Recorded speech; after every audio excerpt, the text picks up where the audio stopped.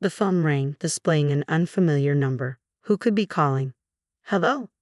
Hello. This is James, your son. A voice came through. My heart skipped a beat.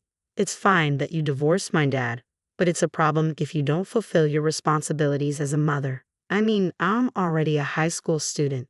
Can't you stop involving me in the mess between you two? My mind raced as I struggled to comprehend. What? What are you talking about? And why are you calling me? I'm telling you to pay my child support and tuition fee. The root cause of all this is your infidelity, and now you're trying to take money from my dad. You've got some nerve, James continued, his voice escalating. Anger surged within me. Who do you think you're talking to? I have no recollection of having a child. Have you gone crazy, or are you trying to avoid pain by playing games? Don't mess with me, James retorted. But I wasn't joking. James must think I'm messing with him, but I'm surprisingly serious. As I said earlier, James is not my child. About 14 years ago, I was married to my ex-husband, and we were approaching our 3rd year together. Until then, our relationship hadn't changed much, and we got along fairly well. However, one thing felt unnatural: the issue of children. Before marriage, I had expressed my desire to have children soon. Yet 3 years into our marriage, my husband had never brought up the subject. It's been 3 years. What about having a child? I finally broached the topic. His response was dismissive. Oh yeah, but I'm busy with work right now. When will you not be busy? You always say that, and it's been dragging on until now. Our conversation took a strange turn, leaving me unsettled. I hadn't suspected him of cheating. I was simply trying to convey that if his behavior persisted, suspicions would inevitably arise. Yet for some reason, he appeared flustered, as if concealing something.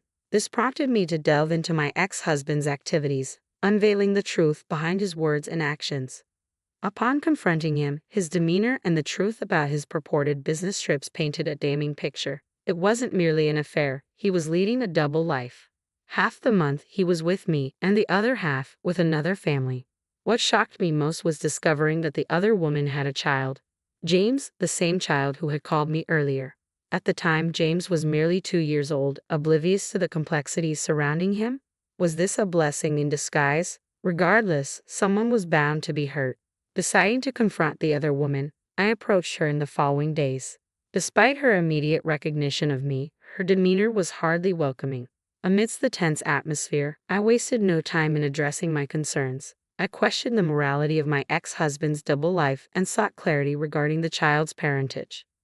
Her response was disconcertingly composed. She showed no signs of guilt or remorse. Confidently, she asserted her role as James's mother, contrasting starkly with my ex-husband's attempts at concealment. Feeling somewhat overpowered by her unwavering demeanor, I pressed on, inquiring about her plans for the future. I have no intention of altering my current lifestyle. I'm content with it. However, I can't shake the feeling that he has no desire for more children. Why is that? When I informed him of my pregnancy with James, his reaction was less than enthusiastic. His response, that it wasn't the right time for a child, left me wondering if my pregnancy was merely happenstance. It made me question whether he harbored any desire for fatherhood at all. Despite his claims of loving children, his reluctance to embrace the news of our impending parenthood was puzzling. Upon sharing my doubts with the other woman, she offered a knowing smile.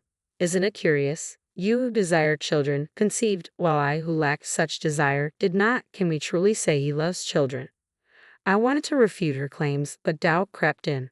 Was his declaration of love for children sincere, or merely a facade to charm me? I couldn't be certain.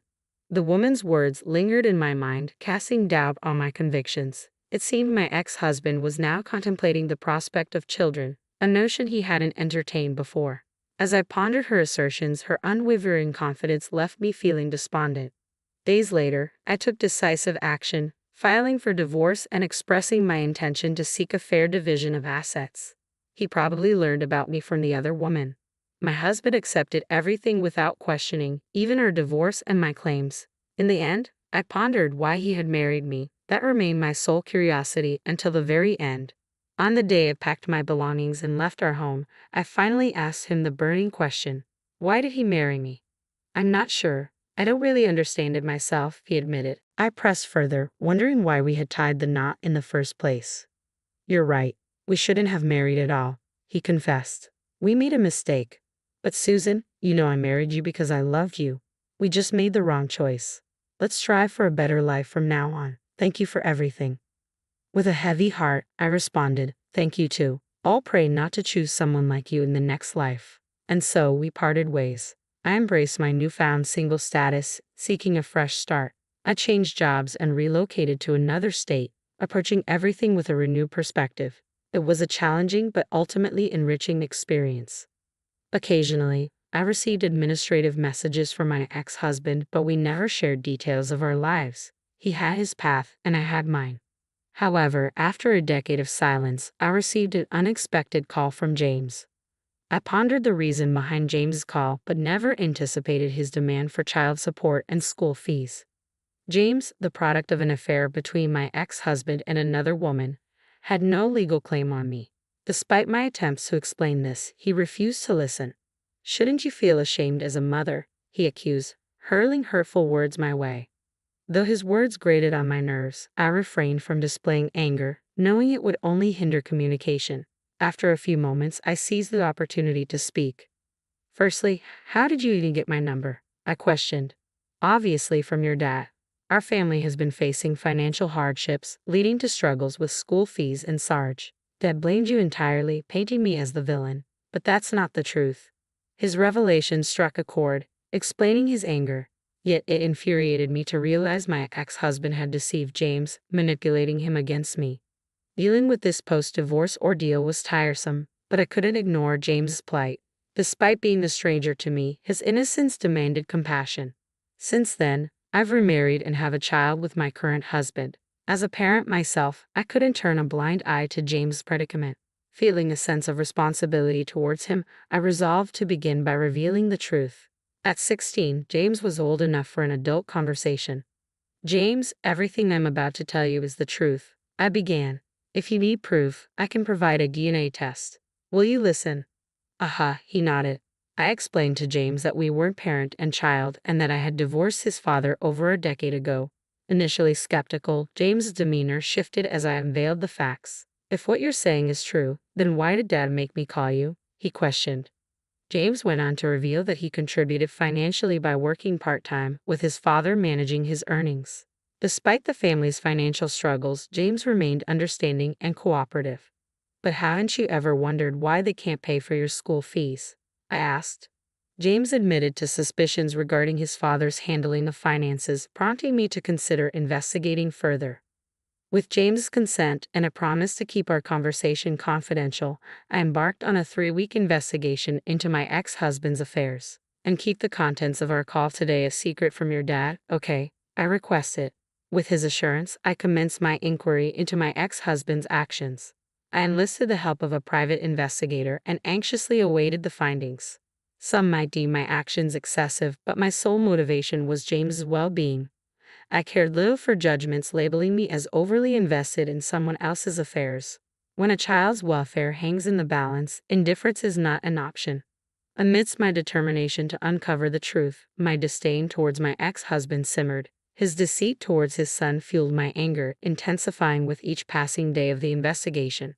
After 3 weeks of anticipation, the investigator's report arrived, delivering a blow that left me reeling. Anger coursed through me as I learned the extent of my ex-husband's deception. Contrary to James's belief, my ex-husband wasn't a full-time employee but a temporary worker, recently laid off and now frequenting the unemployment office and casinos.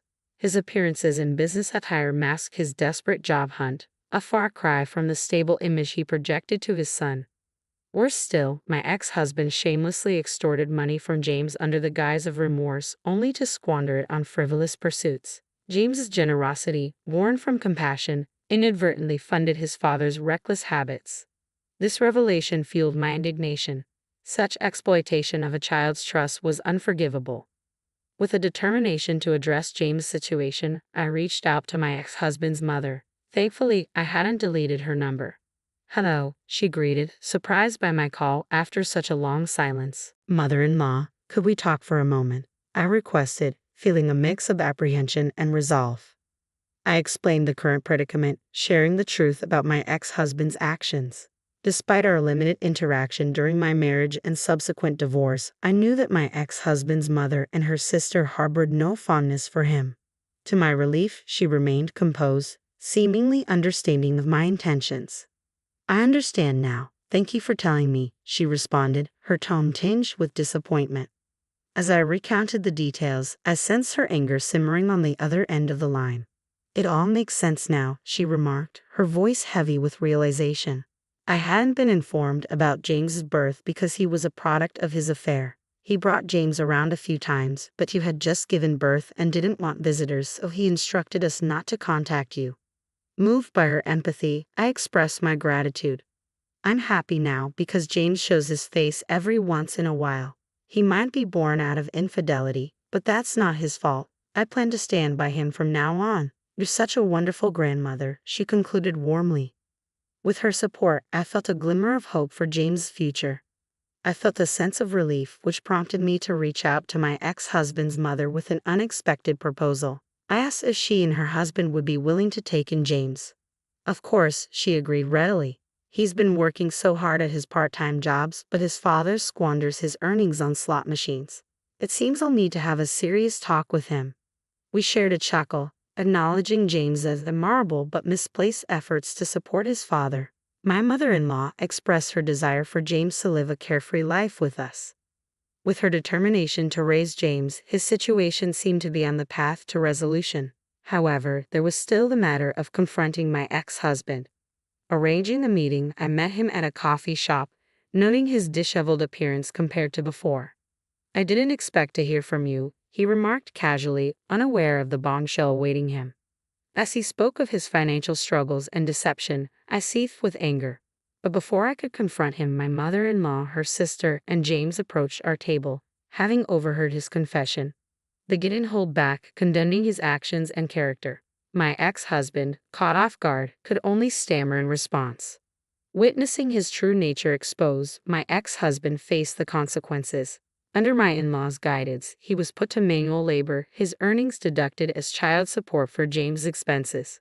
Meanwhile, James found solace with my in-laws, distancing himself from his father's toxicity. He embraced his grandparents' kindness, embodying the innocence of youth.